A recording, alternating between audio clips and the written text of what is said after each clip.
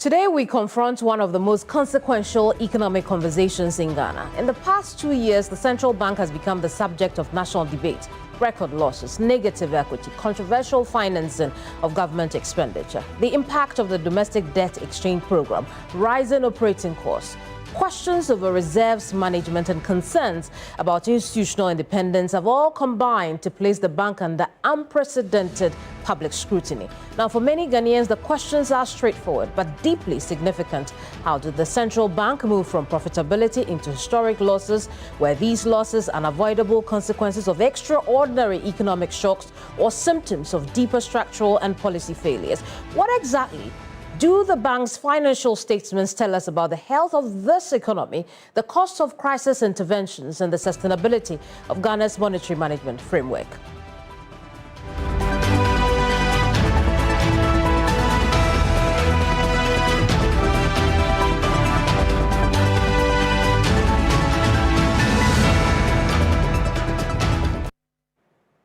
I am Kemini Amano, and this is Hot Issues. My guest is a non-executive director of the Central Bank. He's also Bolgatanga Central MP, Isaac Adongo.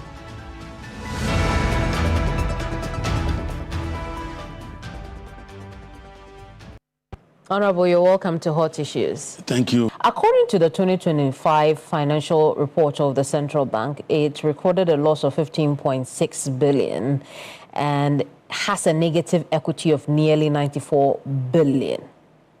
The explanation that the central bank has given for this is because it was doing or helping to recover the economy. The opposition, on the other hand, says, look, it is not worth this large a cost. Why is the former justified? I don't know where they are coming from, but I like the fact that they've lost the battle on the mandate of the central bank. What does the central bank want to do, and what should be the narrative? The narrative is simple, that at the peak of the management of the economy by the NPP, the central bank lost 55 billion Ghana cedis in 1 year. Unfortunately, that 55 billion didn't deliver stability of the economy. It delivered inflation of 54%. It delivered an exchange rate depreciation of 54%, and it delivered interest rate in excess of 35%. So clearly, if somebody delivers a loss of 55 billion Ghana cedis, but the mandate to stabilize the economy is all over the place, and another one delivers a loss of 15.6 billion and gives you inflation of 3.2%, gives you an exchange rate of about 10 cedis to the dollar, as opposed to 17 cedis to the dollar, and gives you an interest rate of about 11%. Clearly, you cannot be comparing apples to mangoes. So why are they not discussing, when they spent and lost 55 billion, what did they give to the people of Ghana? Hardship. So if somebody spends almost a third of that and gives you the kind of results that we have given to the people of Ghana, you cannot be justified. Well, the argument has been that at the time that they spent that amount, they had managed to drive down inflation from 50% plus to about 23. Who took it there? Well, so they took it there, and then they dealt with the same. But then at the time, you in the minority would not take the same argument. Yes. If at the time the people of Ghana got a loss of 15.6 and an inflation situation of 3.2%, they would have been very happy. Instead, they got a loss of 55% and inflation at 54%. If at the time the people of Ghana got a loss of 15.6 billion and an exchange rate of 10 cedis to the dollar, they would have been happy. Instead, the people of Ghana were given a loss of 55 billion and an exchange rate of 17 cedis to the dollar. If at the time the people of Ghana got a loss of 15.6 billion and delivered interest rate in a region of 11%, the people of Ghana would have been happy. Instead, they got a loss of 55 billion and an interest rate in excess of 35%. So quite clearly, what are you comparing? And this is just the first year of recovering the economy. where you needed to do a lot of heavy lifting to restore the economy. Having done the heavy lifting and the economy having stabilized, it is quite clear that you are now moving towards the same trajectory, and therefore your cost is expected to come down in subsequent years. Let me give you some of the scenarios.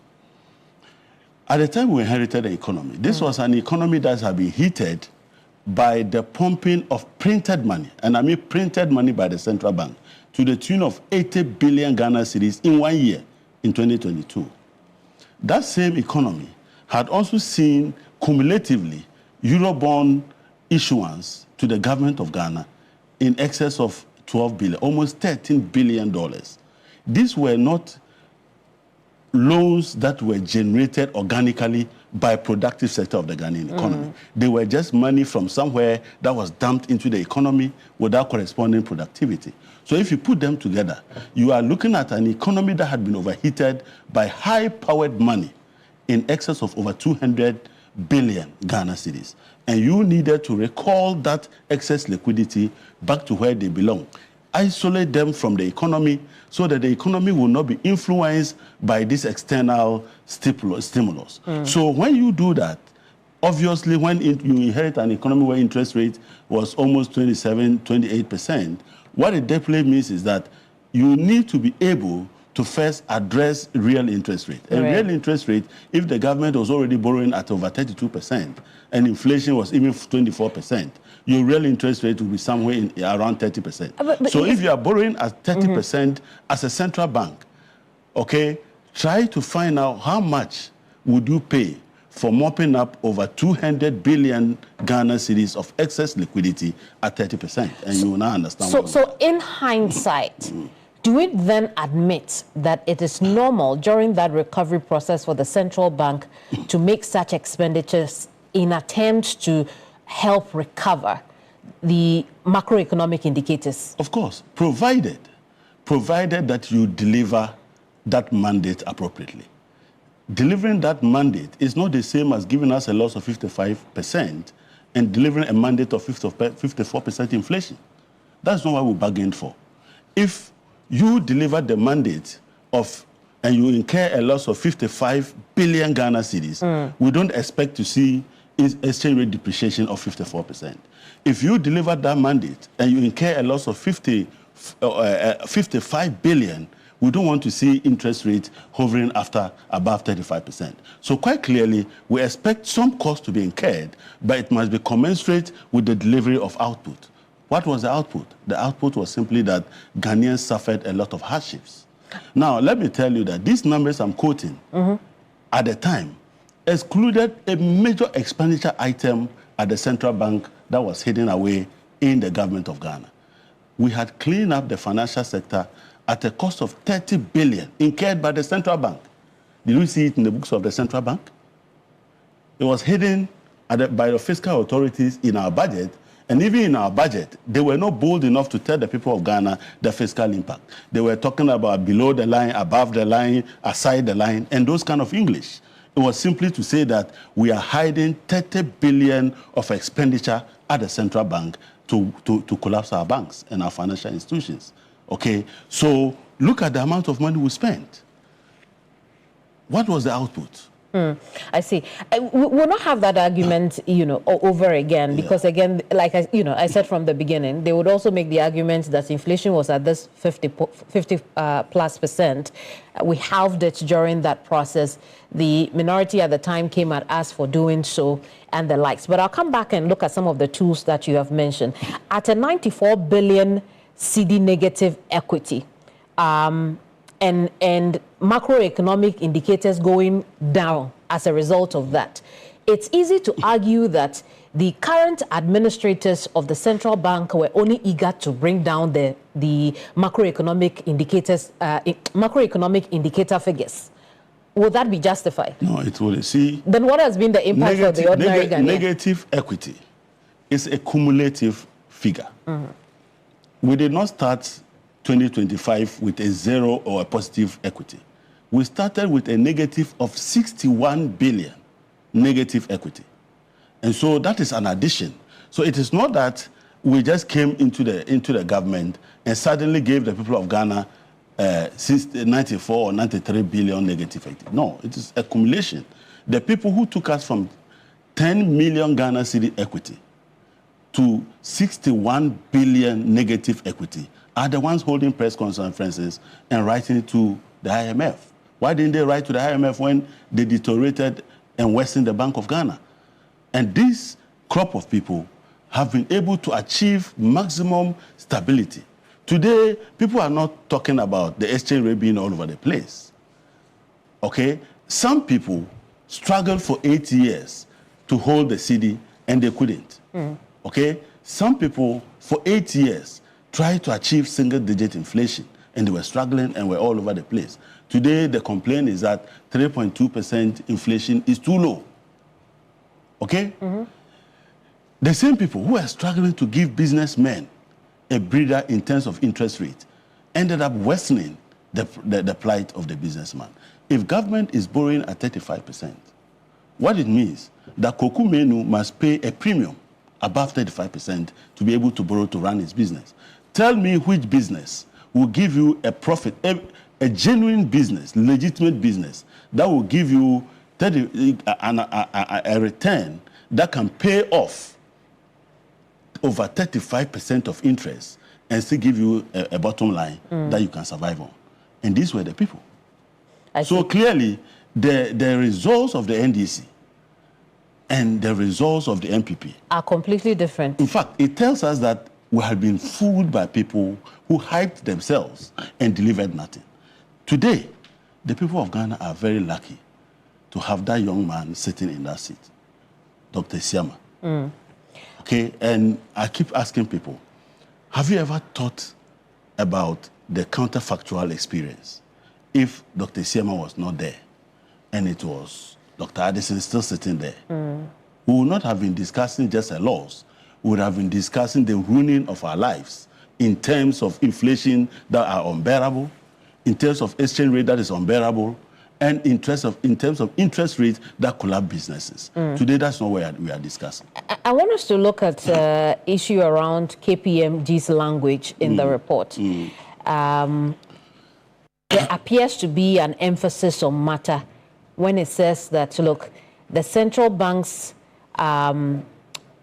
tools used for the accounting may not be suitable for another purpose because it had a mixed use of its own central bank laws and then IFRS, which is the global standard. Why should we not be concerned about that mixed framework in the accounting process? So the people of Ghana gave the Bank of Ghana a law to work with. And the law says that when you encounter revaluation losses and surpluses, it should be treated in the reserve account. So you cannot go after IFRS and put it in the profit and loss account. So that is not the making of the current managers of the central bank.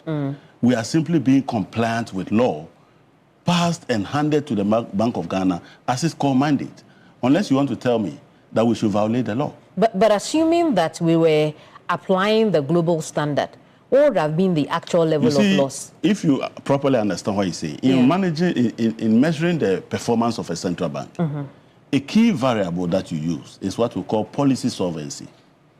And what does policy solvency measure? Policy solvency says that generate enough revenue to meet the cost of monetary operations or monetary cost. In our situation, we have a policy solvency factor of 5.5 billion.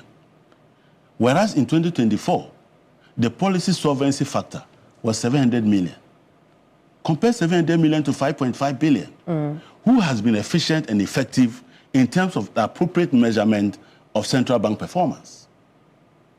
So in running normal businesses, you cannot use the model of a central bank because the proper measure of effectiveness and efficiency of a central bank is delivering macroeconomic stability at a policy solvency level that is consistent with efficiency. And we are saying that our efficiency factor is 5.5 billion Ghana cedis. Did you hear that? And the efficiency factor we had and the NPP was 700 million. I see. Is this in the positive or is in the negative? Because I'm trying to follow. I'm talking about positive. Policy solvency is 5.5 billion positive, whereas it was 700 million positive. Where did that figure come from? I'm trying to find it. It is in the policy solvency because the operating income here is. I'm saying that there is another measure of central bank in the same report. In the same report, which talks about policy solvency. Okay. Because you see, when people are struggling to compete with you, they pick and choose variables that they think are suit the argument. In central bank monetary policy measurement, what we apply is policy solvency, okay? And that is global. We don't use profit or loss in measuring the effectiveness and efficiency of monetary policy. You use policy solvency. In fact, one of the things we did was that when we came into government, we realized that the previous government, when they were measuring policy solvency, used group income.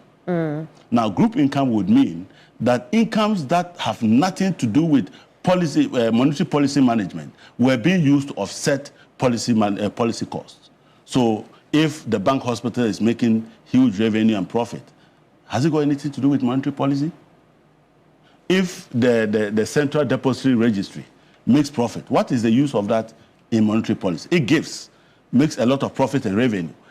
What is that as relevant to monetary policy? So they were using all this group income to cloud the true effect of not being policy solvent. And we said, no, we want to see the picture for what it is. So those elements, remove them. Let us pursue aggressive revenue generation so that when we are executing monetary policy, we are covered in terms of actual expenditure, actual revenue that is relevant to the exercise. And yet we still delivered a 5.5 billion what do you call monetary policy solvency. And on the subject of policy solvency, the minority caucus, or rather the opposition has said consistently that the central bank was policy insolvent. And I want us to, besides what you have told us, I want us to look at what the figures tell us as well. Because we see your operating income, indeed, you have policy solvency as reported. Not just as reported, but what are the facts and figures behind that number? I'm saying that the policy solvency is in the audited account. And the fact that you have not gone to read it doesn't mean that I should be assessing policy solvency from another angle. Please, next time, read policy solvency in the audited account. But what is policy solvency? It's in the audited account. It's your ability to generate income for your operations. So read, cover your operations. Is that not the case? Read what the auditors gave us for policy solvency. I have heard what you said. Otherwise, let's discuss something because I cannot be conjecturing policy solvency what I'm saying, from your perspective. I am testing what the audited report says is the policy solvency for the central bank. And I'm saying that if indeed policy solvency is that you generate income, enough income to cover your operations. To cover monetary costs. Monetary cost is not the same as entire operation. Do you understand that? The central bank has been established as an entity not only dealing with monetary policy, but also dealing with financial stability. So there are other variables that go into the financial statement that have nothing to do with. So you are saying you cannot question that policy solvency recorded in this report because it is in the report itself called policy solvency calculation. Look for it and let's discuss. So what I'm saying, what I'm asking you is that you are telling us that because the report has said the policy solvency was 5 billion plus. Yes. We cannot question it based on what we see. I haven't said that. I'm saying that if you want to do... So that's what I'm doing. I'm questioning it. And in what you are reading, is it policy solvency calculation, or you are trying to conjecture your understanding of the financials to imply policy solvency? And I'm saying that I'm not ready to discuss that, because it's so a matter of conjecture. But what else would the policy solvency be based on if it's not on the same numbers you have given us? So they've done that. The auditors have given us that. Why are you not interested in going to that? If you cannot find it, please, let's move on, because I'm not going to allow a conjecture to arrive at a figure that has been audited and approved by the auditors. You know it is not conjecture, but we'll move on to some other issues. People are trying to understand how we were able to get to that point and how it impacts their lives. What would you say? So let me give you some analysis. The loss that we have recalculated at or approved at 15.8 billion. There are other extenuating variables. For instance, when we inherited the central bank, exchange rate was hovering, the official exchange rate was around 14 point something cedis to the dollar. So if today the central bank is restating the same assets at 10 cedis to the dollar, what it means is that you are losing in value on the balance sheet in terms of normal accounting impairment of about 4 cedis to the dollar. So that already is huge, but it is not actual loss of value. It is an accounting recalculation based on what the numbers are showing. So the central bank itself became a victim of its own success. Do you understand? The central bank became a victim of its own success, whereas somebody got bloated numbers of assets because he ruined the life of Ghanaians and took the dollar to a high. He rather benefited from hurting Ghanaians. Now we said, no, Ghanaians are suffering. So let's work to bring that figure down. But when you bring that figure down, invariably, you lose the value on your balance sheet. So you become a victim of your own success. It doesn't mean that some money were doled out for those revaluation calculations. It doesn't mean that those impaired values represented actual dole out of money. So if you isolate all those elements, okay, you see a proper picture of 15.6 billion. Right.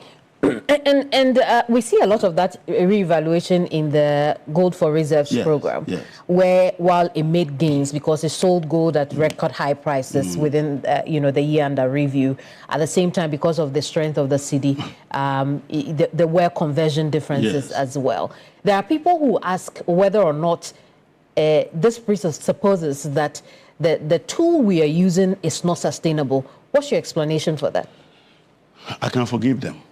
This is finance. This is not accounting. And this is not economics. This is finance. If you have an asset worth $4 billion, and that is gold or diamond, and you decide to sell that gold or diamond and collect $4 billion into your account, do you keep it in account and every day go and watch and laugh, or do you invest it? You invest that money. In any case, how does the central bank generate its revenue? By investing its portfolio of assets. And one of the portfolio of assets that are now available to invest to generate more revenue is the sale of that gold. The proceeds that have been generated from that gold will subsequently now be applied to investment to generate more revenue.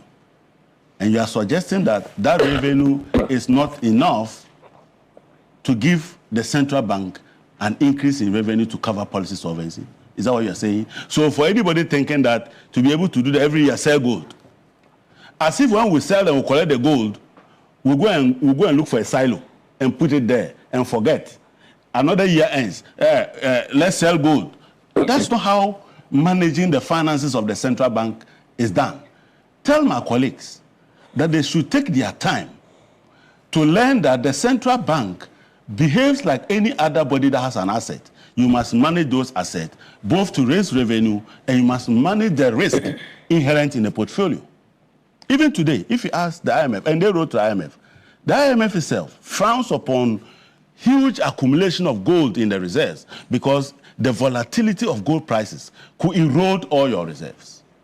And at the time, gold prices was estimated globally to have peaked. And when gold prices had peaked, what was going to happen? It was going to go down. Were we willing to suffer a wipeout of our reserves? That is stated in gold.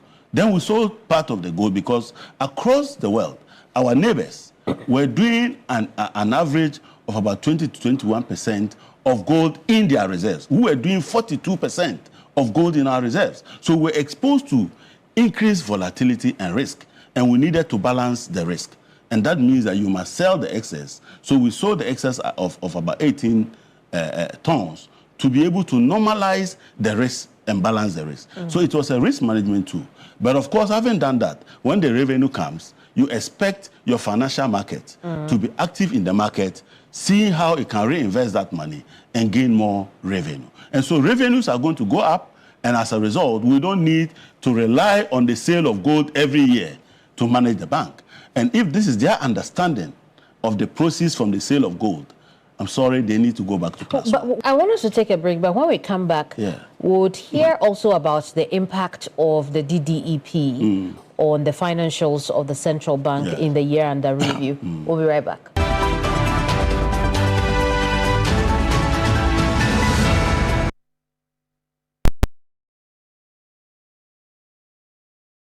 We're kicking your year off in all her glory. With more, because we got you. You get it? You know that. We got kicks. We got scores. We got action. We got roars. It's my specialty. We got drama. We got fun. We got more for everyone. With an upgrade on us, just for you. More channels, more shows, more reasons to stay. We got you. DSTV. We got you all the way. The future of artificial intelligence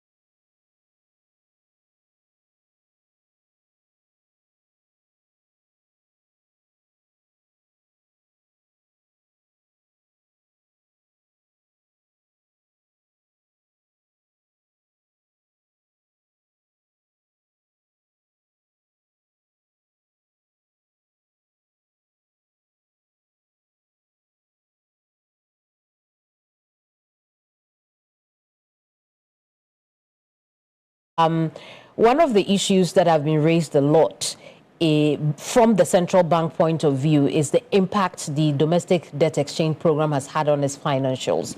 How is that the case?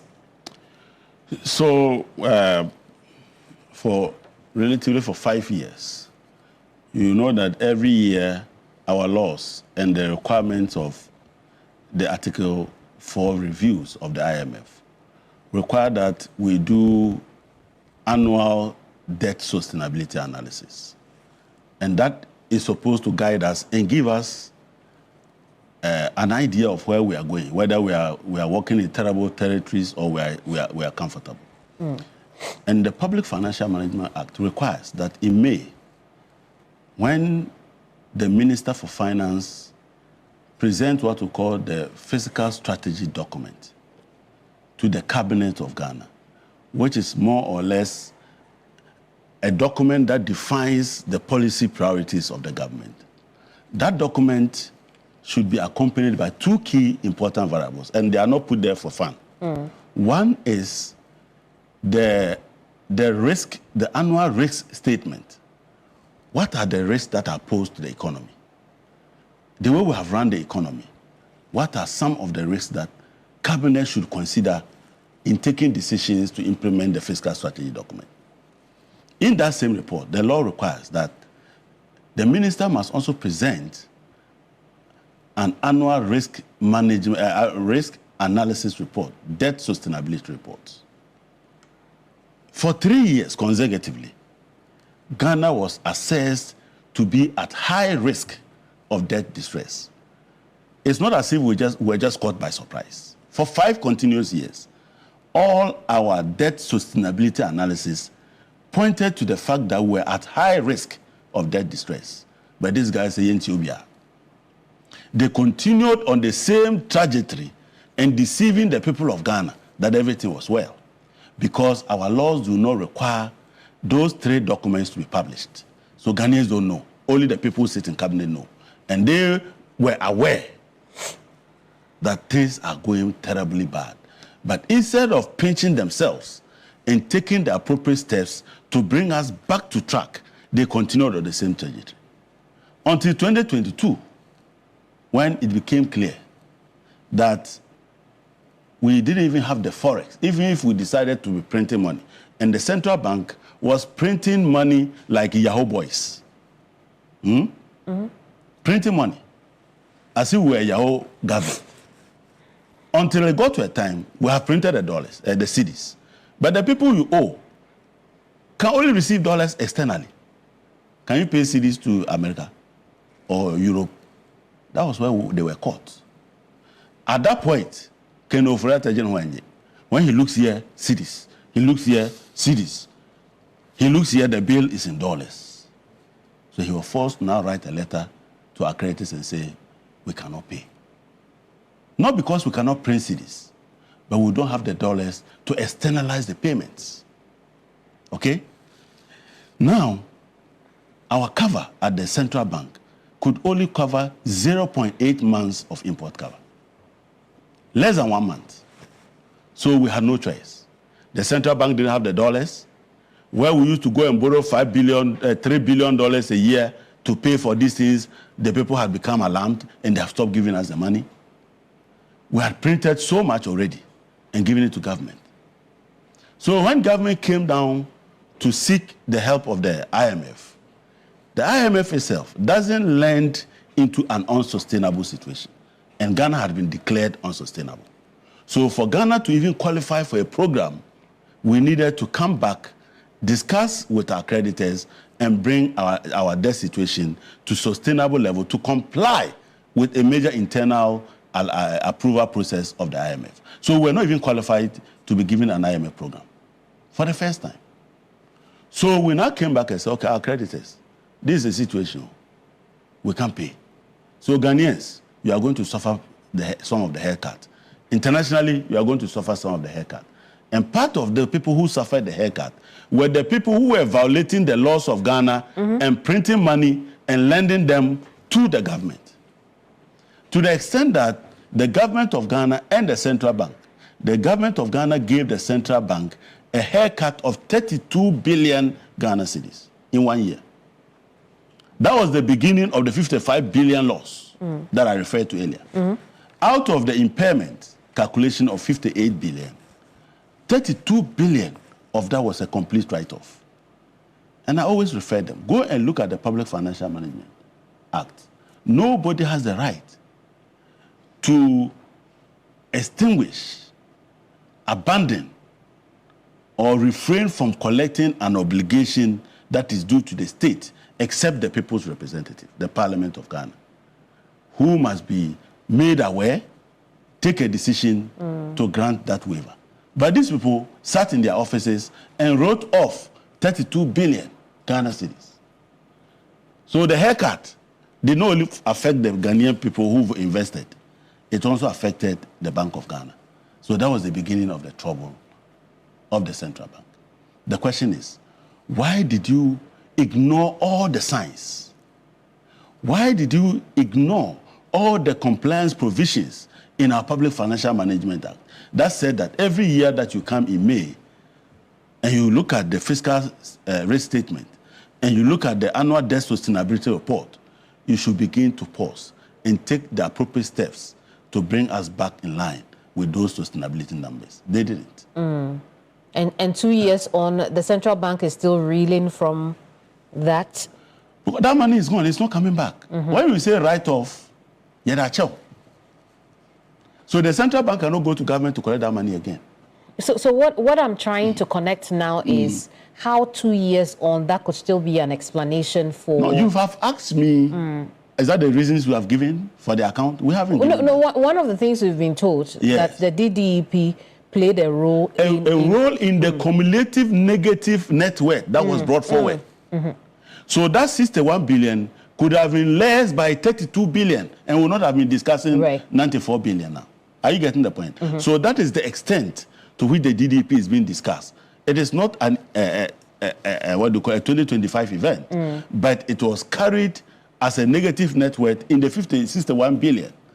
And we are saying, if there was no DDEP, the 61 billion that we're dealing with would have been less by 32 billion, and therefore the net 64 billion you are discussing could have also been less by another set numbers. I want to look at the cost of open market operations. Yeah. Minority has raised questions not only about that, but they've also talked about aggressive sterilization being used as a tool as well. Why is that aggressive sterilization what There's we choose? There's no word like that. You see? Which one? The sterilization aggressive, or that aggressive adjective. There's nothing like that. Let me tell you.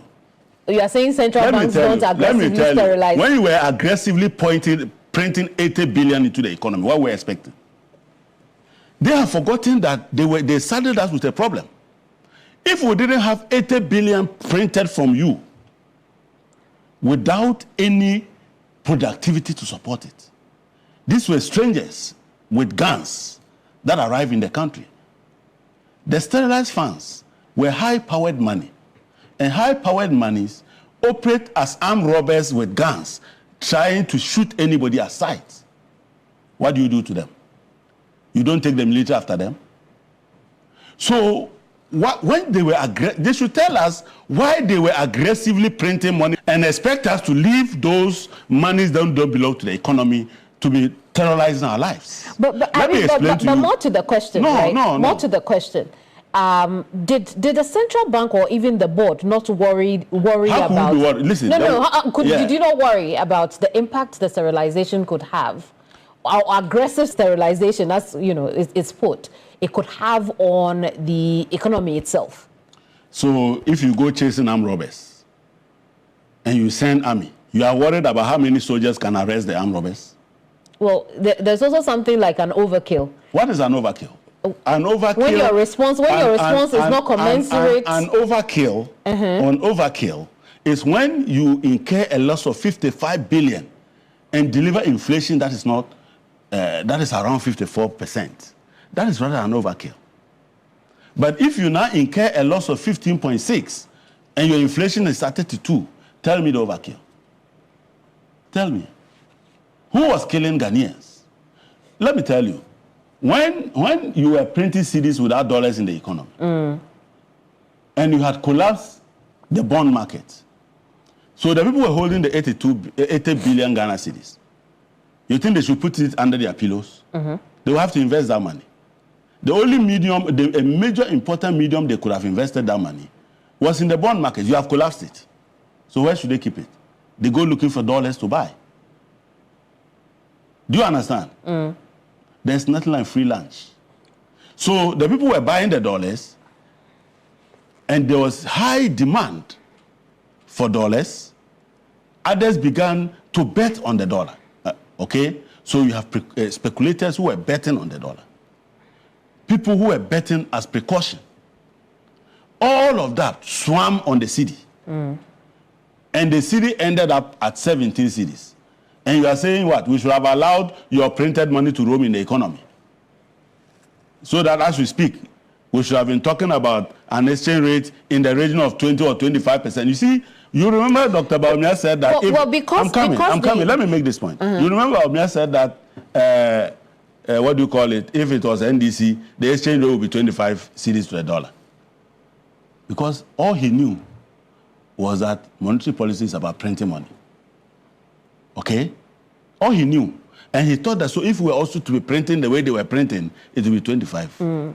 Today, we are looking for their armed robbers in the economy terrorizing Ghanaians. And they are saying, why do you chase after them? They are our armed robbers. Why do you want to chase our armed robbers?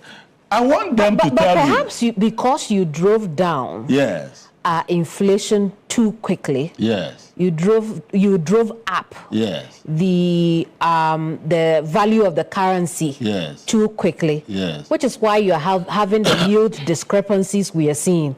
Discrepancy means the numbers don't agree. There is different. So you are using terminologies assuming that the numbers are high, I can understand. But discrepancies means that there is another number other than this number. Now, what I want to say is this.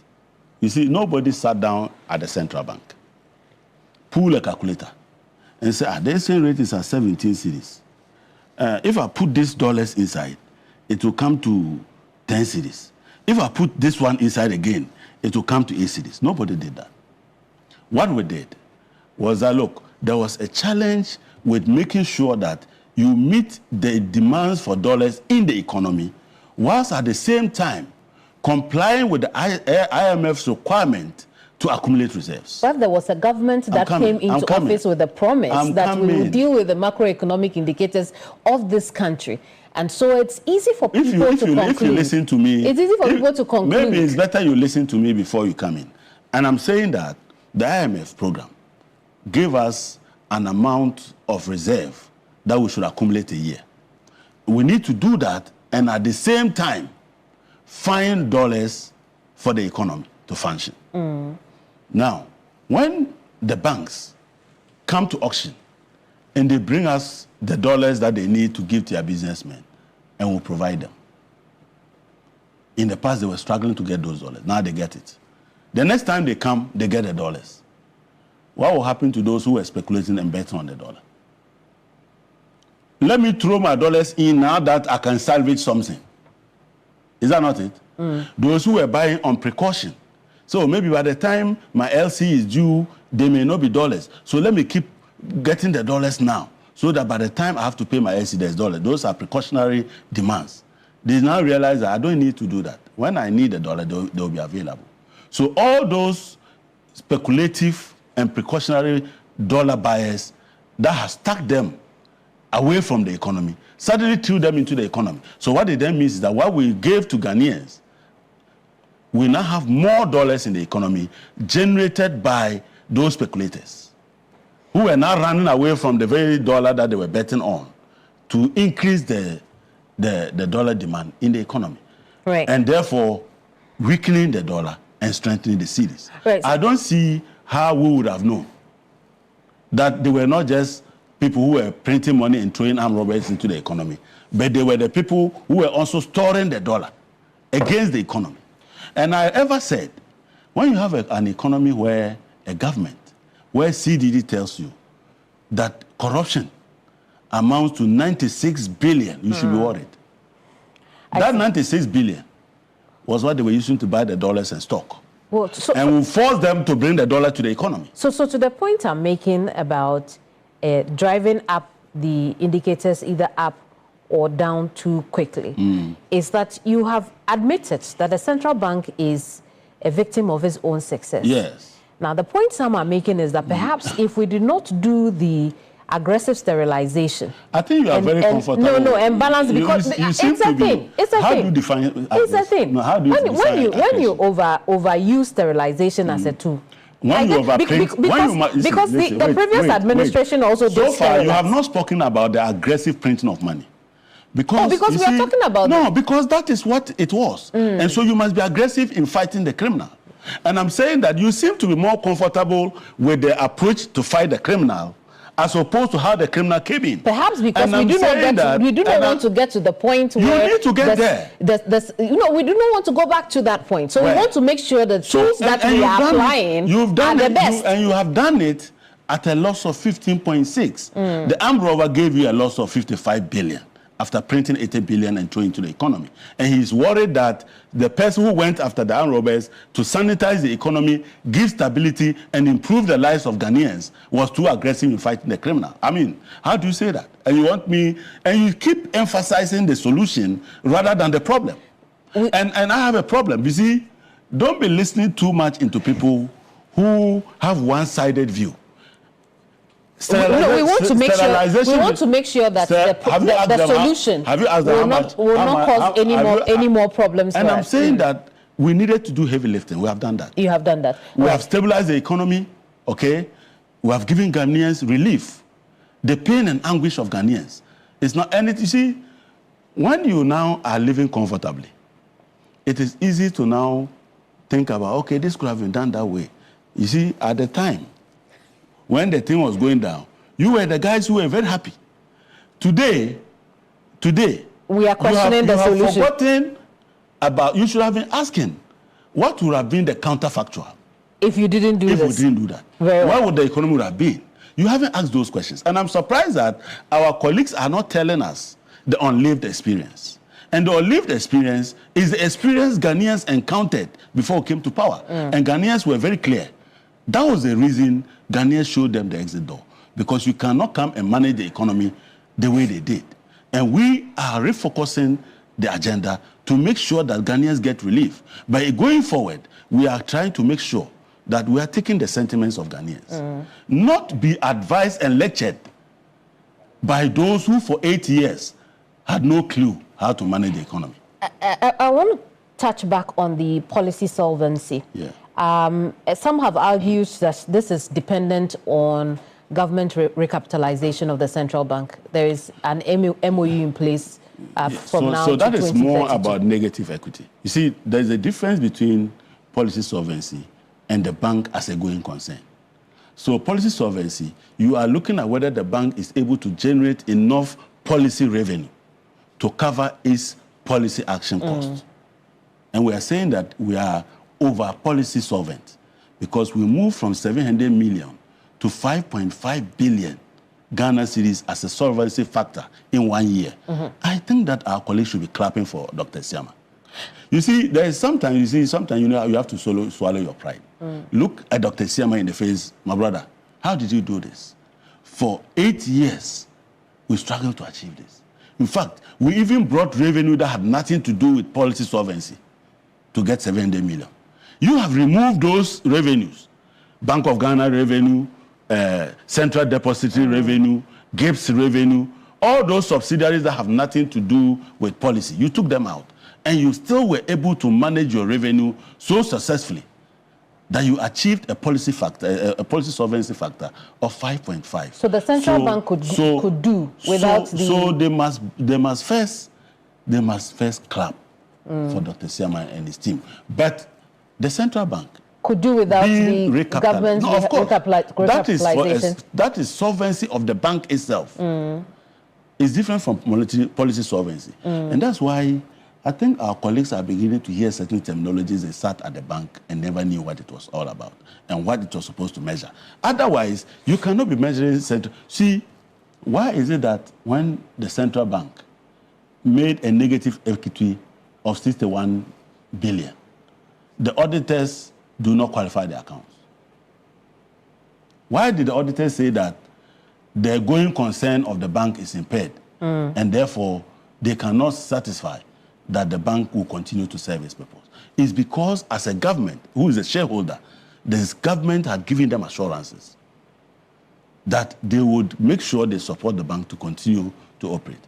This government, that was just a verbal assurance. This government, even though we inherited no program, despite the fact that the IMF continuously made it an issue that the government took a position on how it was going to recapitalize the central bank, they left government by escaping to tell the IMF how they were going to do it. First, Dr. Atufo came to Parliament, amended the Bank of Ghana Act to give the central bank and the government a new mandate with clear timelines embedded in law to recapitalize the bank. So reading that act alone, with the commitment of the government, you will see that the bank actually continues as a going concern. Two, that commitment, I have not heard the Minister for Finance say anything to the contrary that he will not respect the law. But my colleagues who are complaining were in Parliament. Honorable Mohamed Amin is my ranking member. Together, we chaired the committee that passed the amendments. We came to the floor, and he debated it and approved it. I'm not sure he was aware what he was doing. Just as he was not aware when the IMF was telling him to capitalize the bank. But that was a proactive step to assure the IMF and the world that we mean business. And we are not only going to give you verbal assurances, we are going to work by law.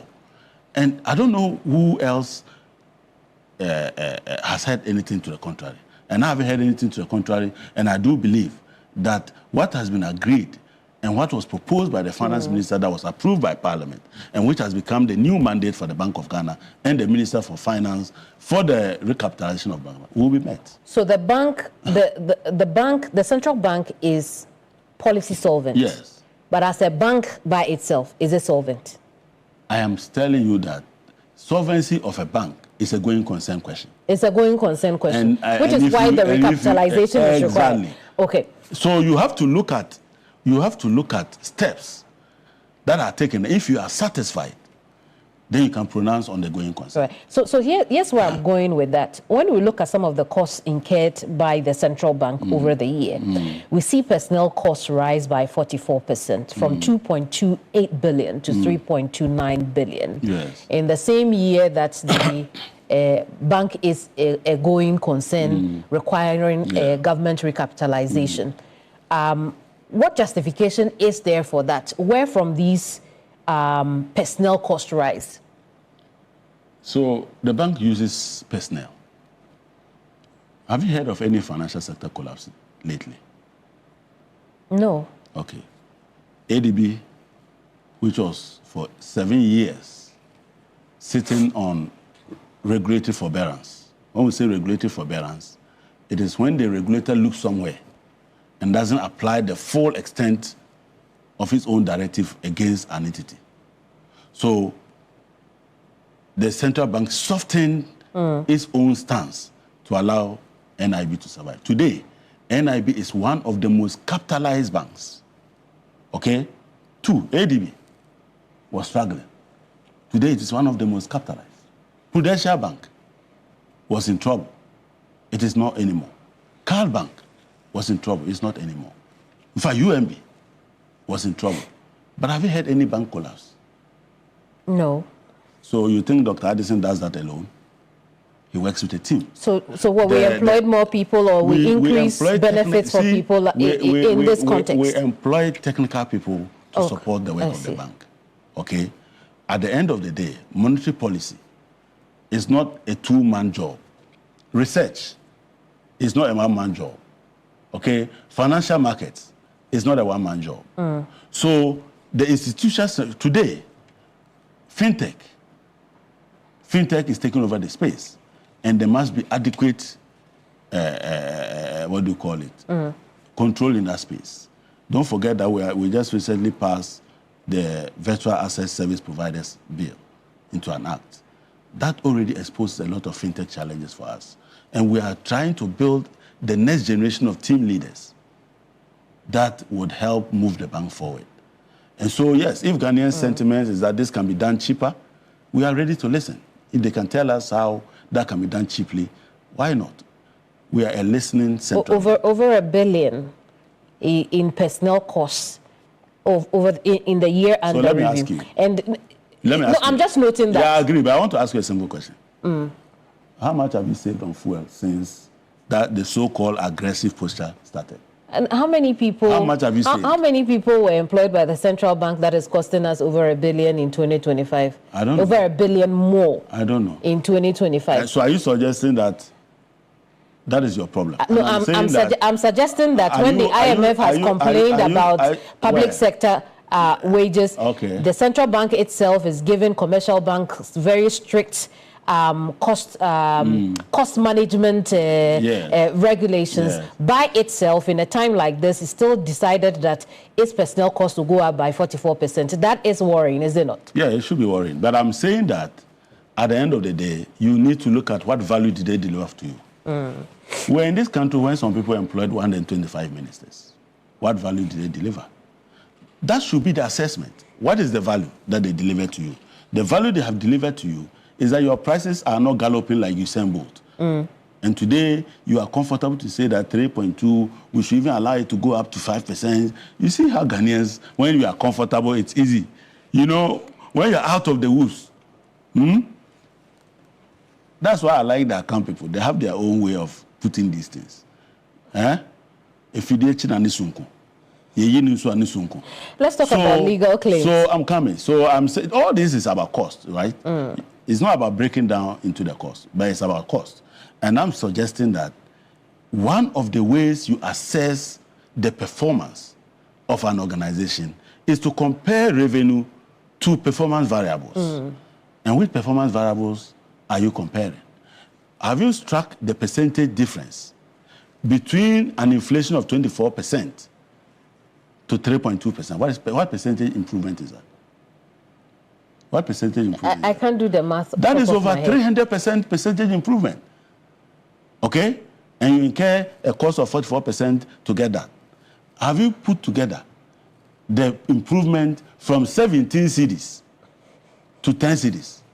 What percentage? It's 11:26 today. Well, we are discussing end year 2025. I think the report is about 2025. It is indeed. Or you are discussing medium term. No, it is indeed. So let You're me right. talk about 2025. You can be discussing medium term, but strike the difference and tell me what percentage improvement is that.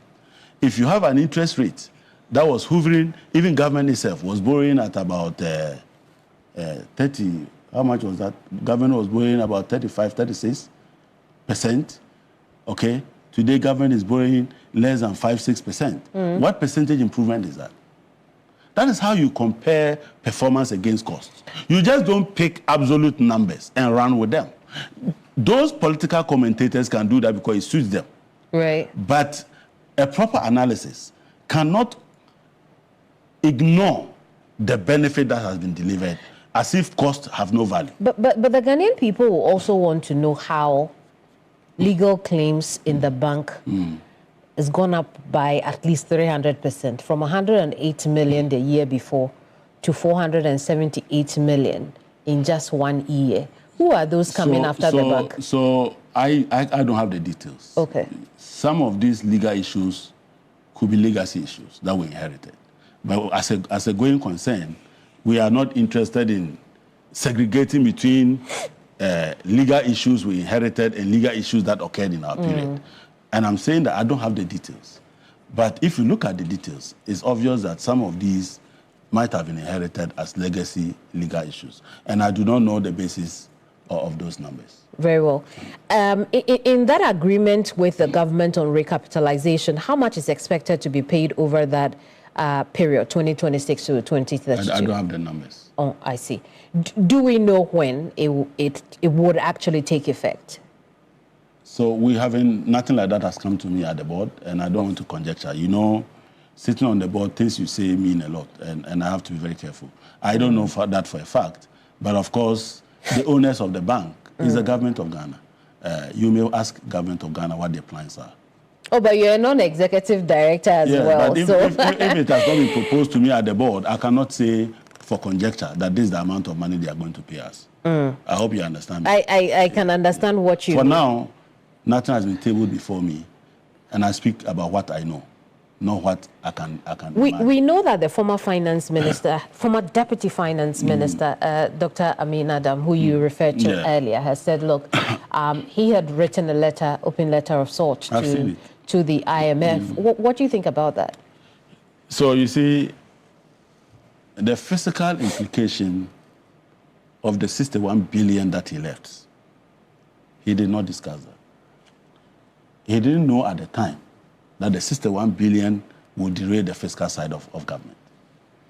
The 30 billion he spent to collapse Ghanaian banks, added to 61, you have 91 billion fiscal cost on the state. He conveniently forgot about that. So I have said that, of course, Honorable Mohamed Amin belongs to a political party. He must remain relevant in his political party. And if it's about sidestepping the technical knowledge he has to do political propaganda, I cannot begrudge him. But the numbers don't favor him at all. The numbers don't favor him. The numbers don't favor my colleagues on the other side, because he left a fiscal burden of 91 billion, and he never wrote to the IMF. He wants the IMF to demand of the current administration a detailed plan, including the recapitalization efforts. Can you tell me the 91 billion he left, what was the detailed plan? Please ask him, Honorable Mohamed. He should give me the detailed plan for the 30 billion that collapsed the banks, plus the 61 billion loss that he left. Cumulatively, 91 billion. What was his plan? If it is easy like that, he should show me his plan, a detailed plan. In fact, he should just hazard a plan, and I'll take it. Not even a detailed plan. Anytime he wakes up, whatever plan comes to, he says, you come and tell me. You see hypocrisy. Hypocrisy. And Ghanaians know them. Ghanaians have gone past those rhetorics. I'm asking him and his colleagues, tomorrow hold a press conference to congratulate Dr. Siama for cleaning their mess, for setting the economy on a sound pattern. At the time we came, monetary policy credibility was gone to the wind. Today, there's monetary policy credibility. Inflation is anchored, and inflation expectations are fully anchored. These are like dreams to some people. And if these people had done this, we see the CD climbing up again. Like I told you in the beginning, it's about 11.26 on this day. For a lot of watchers and the Ghanaian people, for 2026, what will change or is changing already about how the central bank handles the monetary aspect of the economy? Okay, so I just want to ask you a question. What is the exchange rate that you would like? What exchange rate? What is the exchange? Why that does that matter? Accuse us. No, I don't want you to come back and accuse us of aggressively fighting the exchange. I mean, if it was a 1-to-1, it would be great, wouldn't it? Exchange rate movement is normal. We are talking about stability. Stability means the exchange rate would move upwards and down within a range, acceptable range. That is not what we had. What we had was a Usain Bolt exchange rate. Okay? So the fact that occasionally there can be adjustments, exchange rate can go up and down, but within a reasonable range is good for the country. But what is not good for the country is that Usain Bolt running. No, but I agree with you. Yes, I agree with you, but then what do we call it when, remember that in the lead up to Christmas of last year, the central bank had told us that it was going to pump money into dollars into the economy. So if while I agree with you that if trading is going on and the CD value moves left and right or north or south,